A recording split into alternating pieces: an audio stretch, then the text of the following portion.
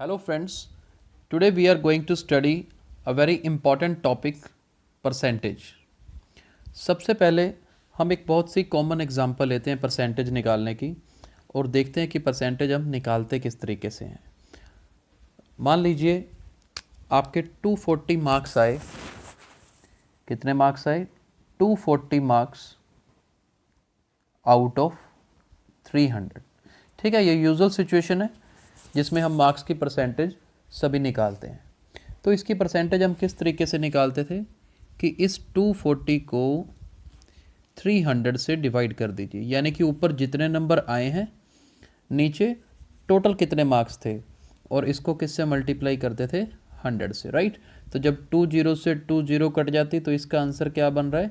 80 काट के, राइट। तो हम कह देते थे कितने परसेंट मार्क्स आए हैं?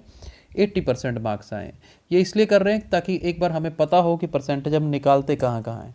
जैसे यूजली देखिए 420 मार्क्स अगर आपके आए आउट ऑफ 600, राइट, तो परसेंटेज कितनी होती थी? 420 को 600 से डिवाइड करें और मल्टीप्लाई किससे करते थे? 100 से, राइट। तो ये कितने परसेंट मार्क्स बन जाते थे? 70% मार्क्स बनते थे। तो ये मैंने कुछ इजी एग्जांपल्स ली उसको रिवाइज करने के लिए कि हम इस तरीके से परसेंटेज निकालते हैं।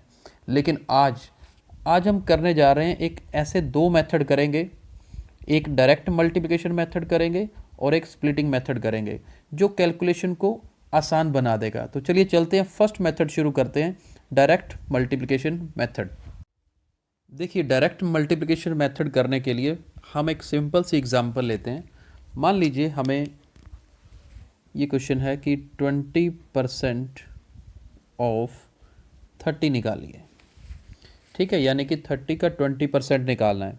तो हम किस तरीके से करते हैं? ट्रेडिशनल मेथड हमारा है कि 20 के नीचे 100, परसेंटेज का 100, ऑफ की जगह मल्टीप्लाई लगाते थे और 30। यूजली हम इस तरीके से करते हैं। और ये देखिए ये जीरो से ये जीरो कट गया, ये जीरो से ये जीरो कट गया और आंसर कितना आता था? 6। यानी कि 20% 30 का कितना होता है? 6 होता है। लेकिन अगर हम डायरेक्ट मल्टीप्लिकेशन मेथड की बात करें तो हमें इन दोनों वैल्यूज़ को देखना है, क्योंकि एक ज़ीरो यहाँ रहा, एक ज़ीरो यहाँ रहा।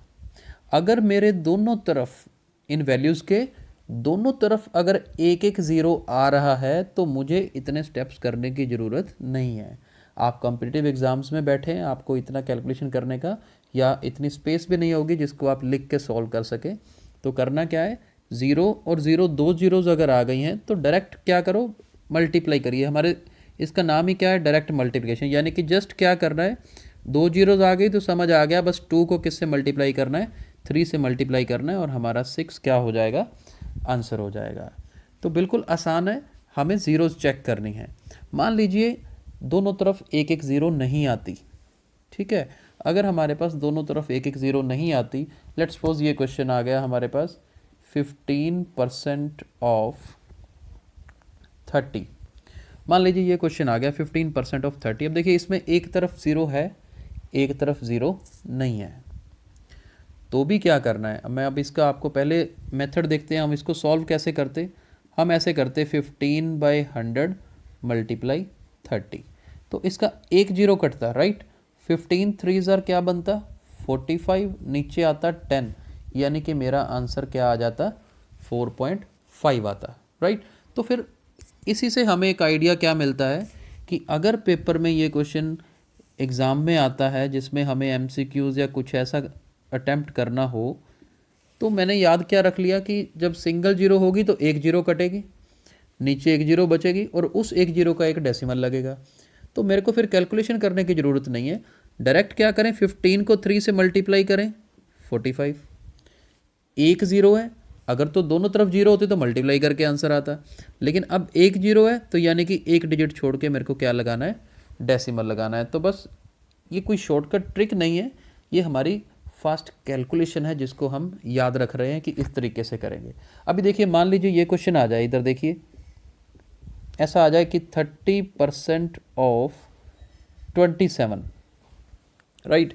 अब देखो चाहे लेफ्ट साइड हो चाहे राइट साइड हो, जीरो एक आ रहा है ना, तो कोई दिक्कत नहीं है। 27 3 ज़र 81 होता है अब एक जीरो है तो बस बीच में क्या लगा देना है, डेसिमल लगा देना है, तो इसका आंसर क्या होगा 8.1 होगा। तो ये है हमारा डायरेक्ट मल्टीप्लिकेशन मेथड, जिसमें हम अगर दोनों तरफ जीरोज़ हैं तो बस सीधा साथ वाली वैल्यूज़ को मल्टीप्लाई कर दीजिए आंसर। अगर दोनों में से एक तरफ सिंगल ज़ीरो है, दोनों तरफ ज़ीरो नहीं आ रहा है, तो दोनों को मल्टीप्लाई तो करें, जैसे 15 को 3 से किया 45, लेकिन लास्ट वाली यूनिट्स प्लेस को छोड़कर एक डेसिमल लगा देना। जैसे यहाँ पर 4.5 लगाया और यहाँ पर क्या लगाया 8.1 लगाया। तो चलिए ये डायरेक्ट मल्टीप्लिकेशन मेथड है, लेकिन अभी इसमें कईयों के दिमाग में आएगा कि अगर यहाँ पर जीरो ही ना होता या कोई और वैल्यू होती, राइट, तो कोई दिक्कत नहीं है। उसके लिए नेक्स्ट मेथड है, अभी हम करने जा रहे हैं स्प्लिटिंग मेथड। तो चलिए नेक्स्ट मेथड पे चलते हैं। चलिए चलते हैं स्प्लिटिंग मेथड की ओर। अब इस स्प्लिटिंग का मतलब क्या है, ध्यान से देखिए। मान लीजिए हमारे पास ये क्वेश्चन है 55% ऑफ 80। ओके, अगर मैं इसको हमारे ट्रेडिशनल मेथड से करूं तो क्या होगा, 55/100 मल्टीप्लाई 80, राइट। और एक जीरो से एक जीरो कट जाएगा, 55 को 8 से मल्टीप्लाई करेंगे तो आएगा 440, नीचे आएगा 10, तो एक जीरो से जीरो कट गया, हमारा आंसर क्या आता 44। तो ये मेथड हमने ऑलरेडी किया हुआ है, लेकिन आज एक अल्टरनेट मेथड करते हैं कि किस तरीके से हम स्प्लिटिंग मेथड यूज़ करेंगे। देखिए 55% 80 का निकालना है ना, तो हम एक काम करते हैं, ये हमने करना है क्वेश्चन 55% ऑफ 80 का। तो मैं रफ वर्क करने जा रहा हूँ यहाँ पर। अगर हमें सीधा टिक मार्क ही लगाने हो तो रफ वर्क कैसे करेंगे, 55 को स्प्लिट कर दो जी, क्या बनेगा 50 + 5, राइट। पहले तो ये याद रखना है, 50 + 5 करने का मतलब मैं 80 का सीधा 55% नहीं निकालूंगा। मैं क्या करूँगा, पहले 80 का 50% निकालूंगा, फिर 80 का 5% निकालूंगा और दोनों को ऐड कर दूंगा।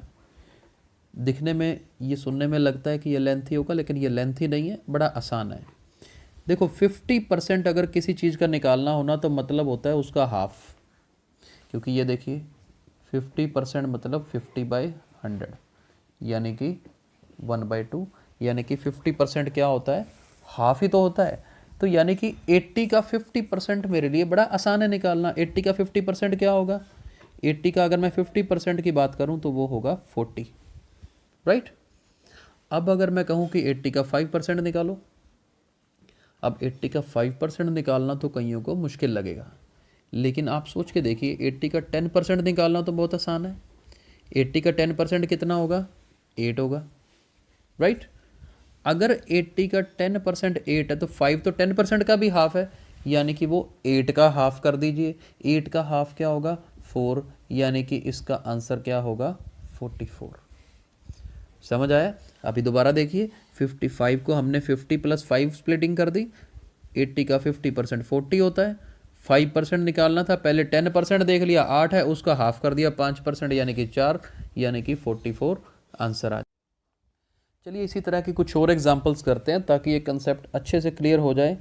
ये देखिए, अगर हमारे पास 43% ऑफ 70 निकालना आ जाए तो हम क्या कर सकते हैं, स्प्लिटिंग मेथड कैसे यूज़ कर सकते हैं। 43% को मैं मान लीजिए ये लिख देता हूँ 50 - 7, राइट। ये मैंने 50 - 7 लिख दिया। तो 50% 70 का कितना होगा, यानी कि हाफ। 70 का हाफ कितना होता है 35। क्योंकि मैंने माइनस यूज़ किया है तो यहाँ पे सब्ट्रैक्ट करेंगे। अब 7% 70 का निकालना हो तो शायद नहीं निकाल पाएंगे, लेकिन 70% मैं अभी थोड़ा सा यहाँ पे इसलिए लिख रहा हूँ ताकि याद आ जाए। 70% 70 का निकालना हो तो क्योंकि डबल जीरोज़ है ना, तो कुछ करने की ज़रूरत नहीं है, इसका आंसर क्या होगा 49, राइट।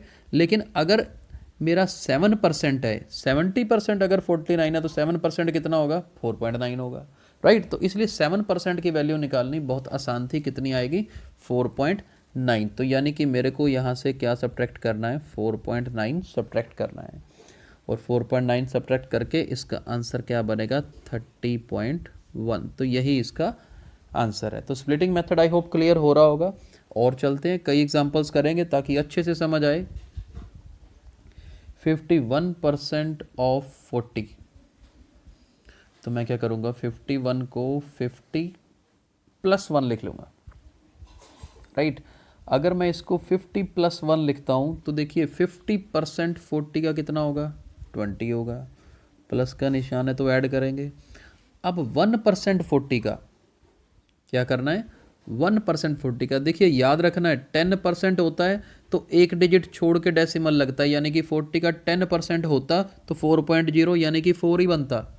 लेकिन अगर 1% है तो 2 डिजिट्स छोड़ के डेसिमल लगेगा, यानी कि 40 में अगर 2 डिजिट्स छोड़ के डेसिमल लगाएंगे तो आंसर बनेगा 0.4, यानी कि इसका आंसर क्या होगा 20.4। देखिए बिना कैलकुलेशन किए 20.4 आंसर हमने निकाला और बहुत ही आसान है, टाइम नहीं लगता है। चलिए और क्वेश्चंस करते हैं। अभी तो हम देखिए जीरो वाले कैलकुलेशन कर रहे थे।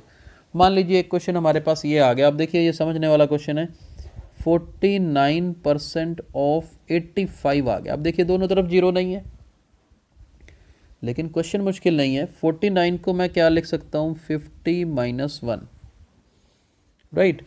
85 का 50% यानी कि 85 का हाफ।